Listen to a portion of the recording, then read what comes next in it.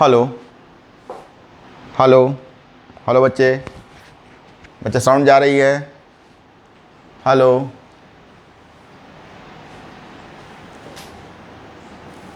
Good afternoon. कैसे हो सब लोग? कैसे हो सब लोग बेटा? मज़े में हो? संडे एंजॉय कर रहे हो? सब संडे एंजॉय कर रहे हो?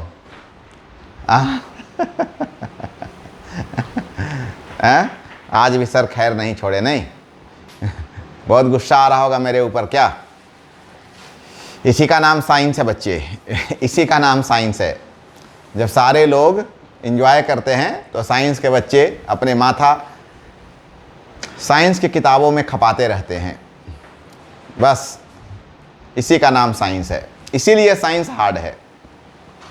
नहीं, सारे लोग जब मस्ती करते रहते हैं, बाकी के बच्चे जब मस्ती करते रहते हैं, तो साइंस के बच्चे एक कोने में टेबल पर बैठकर पूरे दुनिया से कट कर, सारे मस्ती से हट कर वो अपने दिमाग साइंस में खपाते रहते हैं। बस इसीलिए साइंस हार्ड है। चल कोई नहीं, फिर मज़ा भी तो तुम्ही को मिलेगा। आज जो तुम सजा भोग रहे हो तो कल मज़ा भी तुम्ही को मिलेगा, है ना? तो पहले तो मैं फिर से एक्सक्यूज़ कर दूं बेटा कि कल हम लोग क्लास करने का प्रयास किए और हम लोग का क्लास सक्सेस नहीं हुआ। तो आज अच्छे टॉपिक्स हम लोग क्लियर करेंगे। तो बच्चे, अभी तुम्हारा एडिशन ऑफ वेक्टर ही चल रहा है और एडिशन ऑफ वेक्टर का अभी तुम्हारा लेक्चर 6 चल रहा है, छठा लेक्चर चल रहा है एडिशन ऑफ वेक्टर का। तो ये छठे क्लास में आज हम लोग को जो टॉपिक्स पढ़ना है, पहले ये देख लो कि क्या क्या टॉपिक्स पढ़ना है। बहुत सारा चीज़ बताएंगे। फ्लाइट्स ऑफ बर्ड्स, चिड़िया कैसे उड़ान भरती है, आखिर चिड़िया उड़ती कैसे है हवा में। जो चिड़िया उड़ते देखे हो ना, कौवा, चील, ये सब, ये जो बर्ड्स होते हैं वो जो फ्लाई करते हैं उसमें कौन सा फिजिक्स है, ये बात हम लोग देखेंगे। फिर हम देखेंगे working of A sling,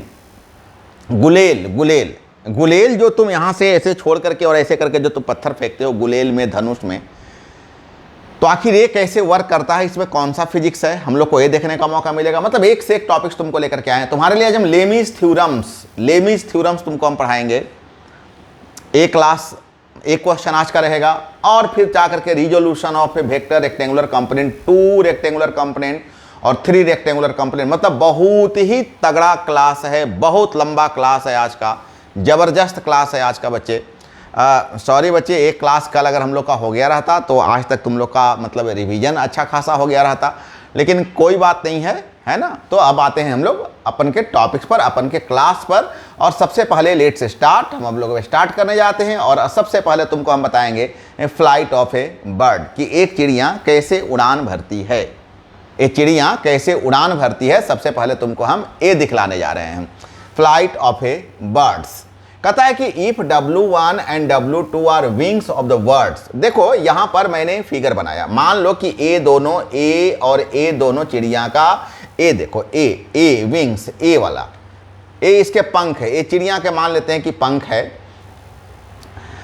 fly here W1 and W2 pushes the air in downward. तो जब चिड़िया उड़ान भरती है तो ये अपने दोनों पंखों से, अपने दोनों डैनों से ये क्या करती है, हवा को नीचे की ओर दबाती है। ये देखो यहाँ पर, ये देखो, ए दबा रही है, यहाँ देखो ए दबा रही है। और तुम जानते हो कि अगर ए दबाएगी तो इसका रिएक्शन भी इसको ऐसे ऊपर की ओर मिलेगा। अगर दबाएगी तो इसको रिएक्शन, इसका मतलब ये इसका रिजल्टेंट हो गया। बच्चे बिल्कुल ध्यान दो, ये जो बर्ड्स है वो एक ऐसे फोर्स लगा रही है, एक ऐसे फोर्स लगा रही है। अब ऐसे फोर्स लगाएगी तो ये देखो रिजल्टेंट हो गया, ए ऐसे रिजल्टेंट हो गया। अगर ऐसे रिजल्टेंट होगा तो नो डाउट इसको ऐसे ऊपर की ओर रिजल्टेंट फोर्स मिलेगा। और यही रिजल्टेंट फोर्स वो क्या करता है, R is resultant reaction the upward direction which helps the bird to fly upward. और ये जो रिजल्टेंट है, यही रिजल्टेंट चिड़िया को ऊपर की ओर ले जाने में मदद करता है, इसको ऊपर की ओर उड़ान भरने में मदद करता है। हम उम्मीद करें मामला समझ में आया। फिर से एक बार ध्यान दो कि ये जब अपने दोनों पंखों से जब हवा को नीचे की ओर दबाता है तो बदले में इसको रिएक्शन मिलता है। अब जब इसको ऐसे रिएक्शन मिलेगा तो इसका रिजल्टेंट यहां से बाहर निकलेगा। ये देखो, ये दोनों रिजल्टेंट है, ये दोनों क्या है, रिएक्शन है, तो रिजल्टेंट बाहर से ऐसे निकलेगा। और यही रिजल्टेंट उस चिड़िया को ऊपर की ओर फ्लाई करवाने में मदद करता है। तो ये हो गया फ्लाइट ऑफ ए बर्ड्स, ये हो गया तुम्हारा पहला टॉपिक्स। अब हम आते हैं working of A sling. Working of A sling, अब तुम्हारे हम दूसरे टॉपिक्स पर आते हैं कि ये जो गुलेल का, ये जब तुम इसको ऐसे खींचते हो, गुलेल के ये जो रबड़ है उसको, रबड़ को तुम ऐसे खींचते हो तो इसको क्या होता है, यहां पर इसको फोर्स ऐसे ऊपर की ओर फोर्स मिलता है, मतलब ये इसका रिजल्टेंट फोर्स है। देखो एक इसको ऐसे मिलेगा, ये तुम ऐसे खींचा ना, ये ऐसे खींचा तो इसको ऐसे मिला, ये यहां पर ऐसे खिंचाया तो इसको ऐसे मिला, और इसका रिजल्टेंट यहां पर ऐसे मिलता, और यही रिजल्टेंट पत्थर को आगे की ओर ले जाता है। In a given figure O a point where the stone hold, यहां पर बाय द वे इस पॉइंट पर, इस ओ पॉइंट पर तुम स्टोन को होल्ड कर रहे हो, pulled rubber T1 and T2। अब T1 और T2 क्या हो रहा है, अगर मैं यहां से तुम्हारा, हम चलो ये सब एक्स्ट्रा को हम इरेज कर देते हैं, तुमको दिखाई देगा। तो ये T1 और T2 क्या है, produces tension to the rubber band. अब ये जो T1 और T2 है, ये रबर बैंड को क्या करता है, खींचता है, टेंशन देता है, और जब टेंशन देगा रबर बैंड, T क्या हो जाएगा, तो T रिजल्टेंट हो जाएगा, तो इसका A क्या हो जाएगा, रिजल्टेंट हो जाएगा। यही resultant tension along the forward direction, A बाहर की ओर, ए फॉरवर्ड डायरेक्शन इसको बोलेंगे, ए बैकवर्ड डायरेक्शन बोलेंगे। तो फॉरवर्ड डायरेक्शन में क्या हो रहा, ए पत्थर को लेकर कैसे फॉरवर्ड डायरेक्शन में जाएगा। Here the stone is release, the stone moves forward under the action of resultant tension T with the high speed. और जितना टेंशन तुम इसको दे, तो यही रीजन होता है कि जितना जोर से तुम रबर को पीछे की ओर खींचोगे, उतना ही जोर से पत्थर आगे की ओर जाएगा, क्योंकि ये रबर को जब तुम ऐसे खींचते हो, तो ये इसको मिलता है रिजल्टेंट। और जितना जोर से तुम इसको खींचोगे, बाय द वे इसको और खींचे तो ये रिजल्टेंट और जोर का जाएगा। यहां पर पत्थर पड़ा हुआ है, यहां पर पत्थर पड़ा हुआ, ये पत्थर बहुत हाई स्पीड से आगे की ओर निकलेगा। तो that is the working of A sling. ये स्लिंग का वर्क हुआ, स्लिंग का मतलब गुलेल में पत्थर को आगे ले जाने का ये फंक्शन हुआ। अब हम लोग आते हैं थर्ड टॉपिक्स पर, लेमीज थ्योरम। लेमीज साइंटिस्ट का नाम है, इन्होंने एक थ्योरम दिया था। क्या कहा लेमीज थ्योरम, कि according to the theorem if three forces are acting on a point are in equilibrium. जरा ध्यान देना, बाय द वे ये कोई बॉडी है, इस बॉडी पर एक साथ तीन फोर्स लग रहा है। By the way a force F1 हो गया, bye the way a force F2 हो गया, bye the way a force F3 हो गया। F1 के सामने का एंगल कितना बन रहा है, अल्फा। F2 के सामने का एंगल बाय द वे बन रहा है बीटा। F3 के सामने का एंगल बन रहा है by the way gamma, alpha beta gamma. तो क्या इन्होंने बताया, according to the theorem if three forces are acting on a point are in the equilibrium, और ये तीनों फोर्स लगने के बावजूद भी अगर बॉडी इक्विलिब्रियम कंडीशन में है, तीनों फोर्स लगने के बावजूद भी अगर बॉडी इक्विलिब्रियम कंडीशन में है, इक्विलिब्रियम कंडीशन का मतलब होता है कि बॉडी का स्टेट चेंज नहीं कर रहा है, उसका पोजीशन चेंज नहीं कर रहा है, तो हम लोग इसको क्या बोलते हैं, इक्विलिब्रियम कंडीशन बोलते हैं। बॉडी इक्विलिब्रियम कंडीशन में है, तो उन्होंने क्या बोला, अब यहां से लॉ शुरू होता है। तो उन्होंने बोला कि each forces are proportional to the sine of angle between the other two forces. अब तुमको मैं यहां पर एक स्लाइड अलग से निकाल लेता हूं और तुमको अब मैं यहां पर बताता हूं, तुमको और ज्यादा समझ में आएगा। मान लो बेटा कि ये तो कोई बॉडी है, अभी इस बॉडी पर तीन फोर्सेस लग रहा है, इस बॉडी पर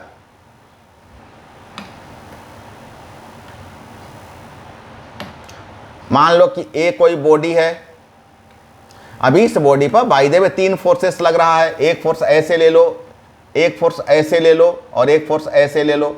मान लो ए फोर्स F1 है, एंगल बन रहा अल्फा। मान लो ए फोर्स F2 है, एंगल बन रहा है बीटा।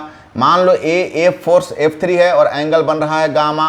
तो लेमीज ने कहा कि force applying force is directly proportional to sine alpha. अब जरा गौर करोगे, हर प्रोपोर्शनल कांस्टेंट में टूटता है, तो K इंटू साइन अल्फा। अब यहां से अगर K का मान निकाल लोगे तो हो जाएगा F1 बाई साइन अल्फा। उसी प्रकार से अगर दूसरे के लिए आओगे तो K इज इक्वल टू हो जाएगा F2 और उसके सामने का बीटा है तो F2 बाई साइन बीटा। और उसी तरह से अगर तुम तीसरे के लिए आ जाओगे तो K इज इक्वल टू हो जाएगा F3 by sine gamma, A2 है। अब अगर ये देख लो, ये तीनों का तीनों वैल्यू K का है, ये तीनों का तीनों वैल्यू K का है, तो तुम कह सकते हो, क्या कह सकते हो, एक पेज और खोल लो, तो तुम कह सकते हो F1 by sine alpha is equal to F2 by sine beta is equal to F3 by sine gamma. और यही लेमीज थ्योरम है। इसी को हम लोग क्या बोलते हैं, तो इसी को हम लोग कहते हैं लेमीज थ्योरम। तो हम बच्चा उम्मीद करें कि तुम लोग को समझ में आ गया लेमीज थ्योरम, पक्का समझ में आ गया। अब यहां पर जो ए बी और सी तुम लिखे हो, ए बी और सी लिखे हो, उससे अच्छा तुम यहां पर कर दो F1 F2 और F3। यही लेमिस थ्योरम है कि जो फोर्स होता है वो सामने के एंगल का साइन का डायरेक्टली प्रोपोर्शनल होता है। जो ए देखो लिखा हुआ है, क्या लिखा हुआ है कि जो forces are proportional to the sine of the angle between the other two forces, है ना। तो ए ध्यान दो, बिल्कुल बिल्कुल इसको ऐसे समझ लो कि जो अगर हम फोर्स अगर ऐसे इक्विलिब्रियम कंडीशन में है, तो अगर फोर्स इक्विलिब्रियम कंडीशन में है तब क्या हो जाएगा कि F1 by sine alpha, F1 by sine alpha is equal to F2 by sine beta is equal to F3 by sine gamma. इसी को हम कहते हैं लेमिस थ्योरम। अब हम आते हैं मेन, आज का मेन क्लास, जिसके लिए हम क्लास आज ऑर्गेनाइज किए हैं। मेन टॉपिक्स पर तुम लोग को यही ध्यान देने का जरूरत है। हम लोग पढ़ने जा रहे हैं resolution of A vector into two rectangular component, resolution of A vector into two rectangular component. अब एक बात यहां पर हो रहा है, यहां पर तुम्हारे लिए सबसे पहला वर्ड आ रहा है कि सर रिजोल्यूशन का मतलब क्या होता है। तो रिजोल्यूशन का मतलब सबसे पहले तो मैं बच्चा बता दूं कि रिजोल्यूशन का मतलब होता है वियोजन, विघटन, तोड़ देना, बांट देना। आज एक वेक्टर को रिजॉल्व करना है, आज एक वेक्टर का बंटवारा करना है, उसको विघटित करना है, अगर हिंदी में बोले तो उसको रिजॉल्व करना है, डिस्ट्रीब्यूट करना है। तो वेक्टर कभी भी डिस्ट्रीब्यूट होता है तो कहाँ डिस्ट्रीब्यूट होता है, तो वेक्टर जब भी डिस्ट्रीब्यूट होगा तो एक्सिस पर डिस्ट्रीब्यूट होगा बच्चा। और तुम जानते हो कि एक्सिस कितने हो सकते हैं, तो एक्सिस मैक्सिमम 3 हो सकते हैं, एक्स, वाई, जेड। और वेक्टर जब भी रिजॉल्व होगा तो इसी एक्सिस पर रिजॉल्व होगा, जब भी रिजॉल्व होगा तो इसी एक्सिस पर रिजॉल्व होगा। तो अभी हम लोग पढ़ने जा रहे हैं कि एक में तो रिजोल्यूशन होगा नहीं। अगर मान लेते कि कहीं कि ये एक वेक्टर है तो इसका रिजोल्यूशन का मतलब क्या हुआ, तो कम से कम 2 वेक्टर पर इसको रिजॉल्व करना होगा। तो अभी हम जो तुमको बताने जा रहे हैं resolution of A vector into 2 rectangular component, और फिर जाकर तुमको हम बताएंगे 3 रेक्टेंगुलर कंपोनेंट। क्या मतलब, एक बार यहां समझना क्या मतलब, एक बार समझ लो। मान लो बेटा, मान लो कि ए एक वेक्टर है। अब इस वेक्टर को रिजॉल्व करना है तो रिजॉल्व एक एक्स पर करो और एक रिजॉल्व इसको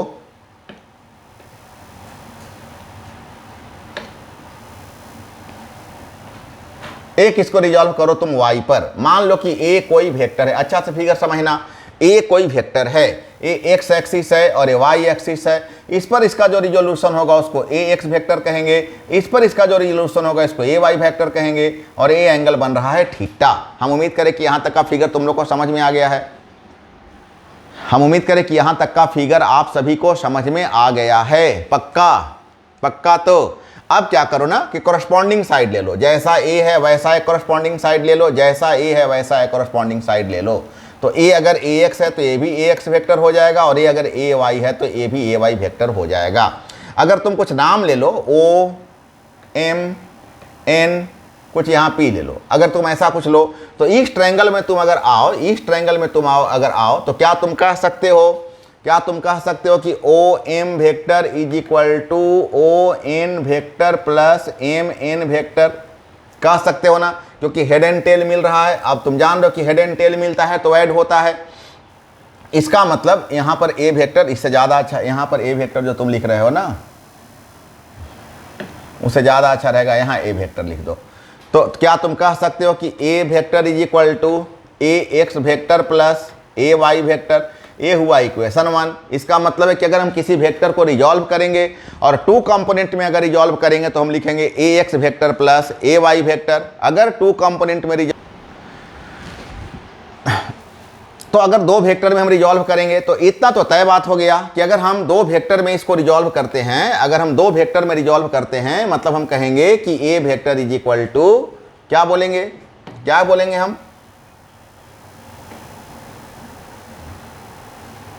हम बोलेंगे कि A vector is equal to A X vector plus A Y vector, A vector is equal to A X vector plus A Y vector.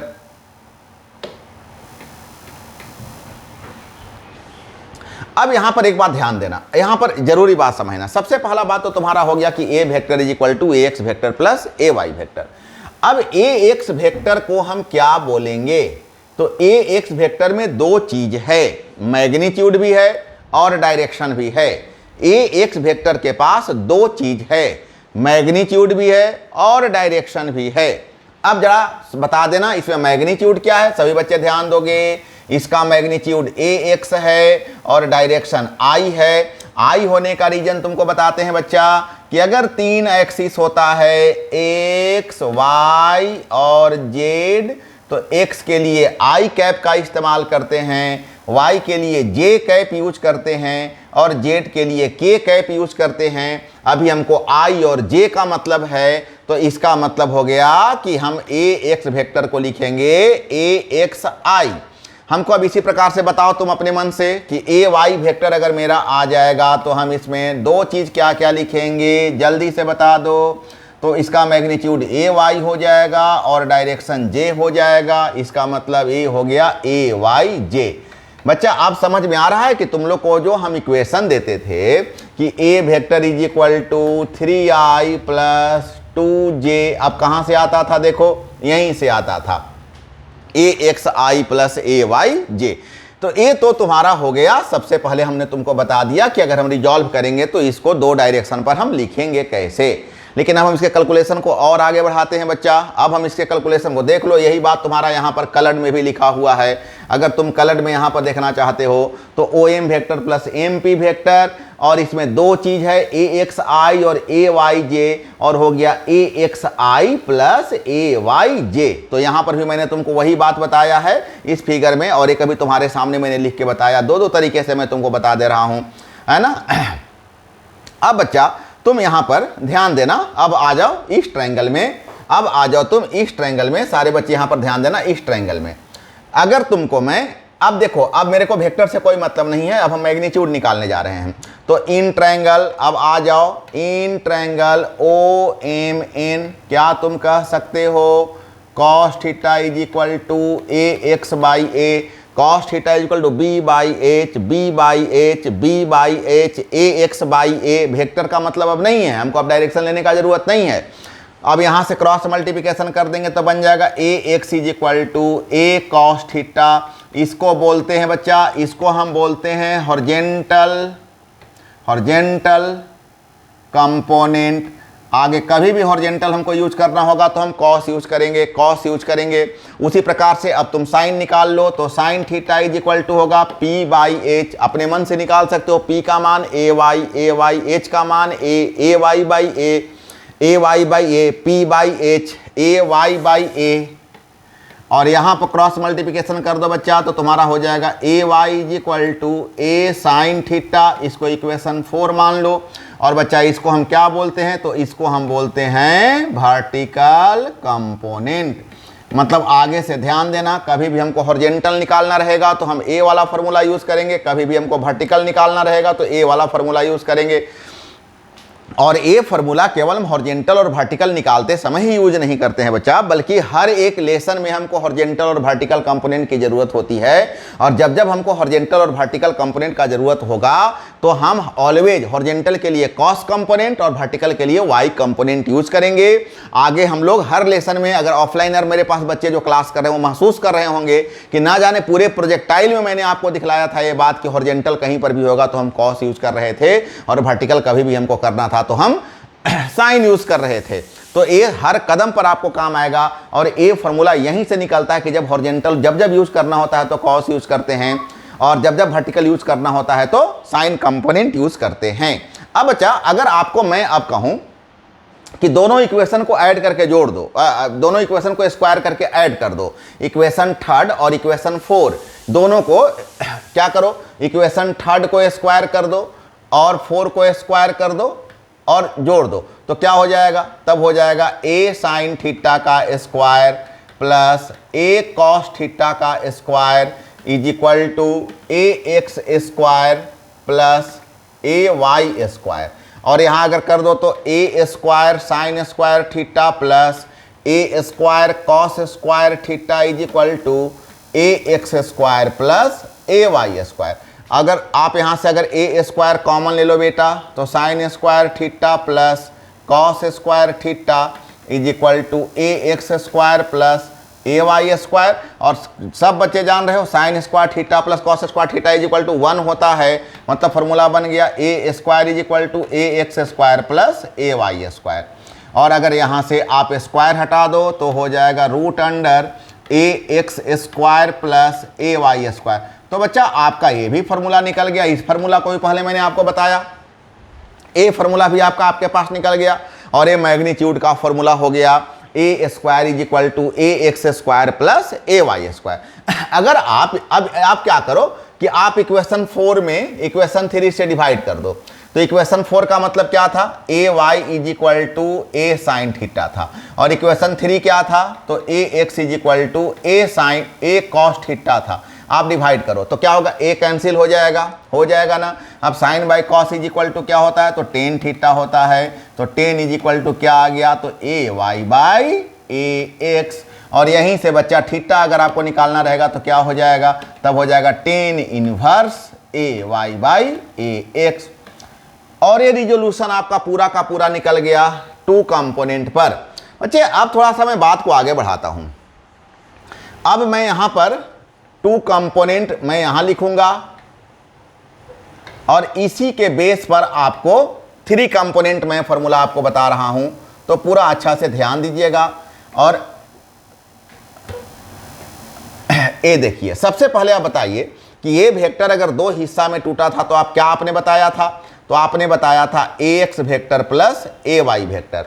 तो फिर बताइए अगर 3 कंपोनेंट में टूटेगा तो क्या हो जाएगा, तो ए वेक्टर इज इक्वल टू हो जाएगा A X vector plus A Y vector plus A Z vector. अगर आपको मैंने बताया था कि अगर आप इसको मैग्नीट्यूड और डायरेक्शन दोनों पर तोड़िए तो आप इसको ए x I plus A Y जे बोला था। अगर आपको मैं बोलूं कि नहीं आप हमको 3D पर बताइए, 3 रेक्टेंगुलर कंपोनेंट पर बताइए, तो क्या बताइएगा, ए x I plus A Y J plus A Z के। मैंने अभी आपको बताया, थर्ड बात आपको मैंने बताया कि आपका जब ए स्क्वायर होगा तो आप लिखिएगा ए X square plus A Y square. आप बताइए यहाँ पर थर्ड फार्मूला आपका क्या आ जाएगा, तब हो जाएगा A X square plus A Y square plus A Z square.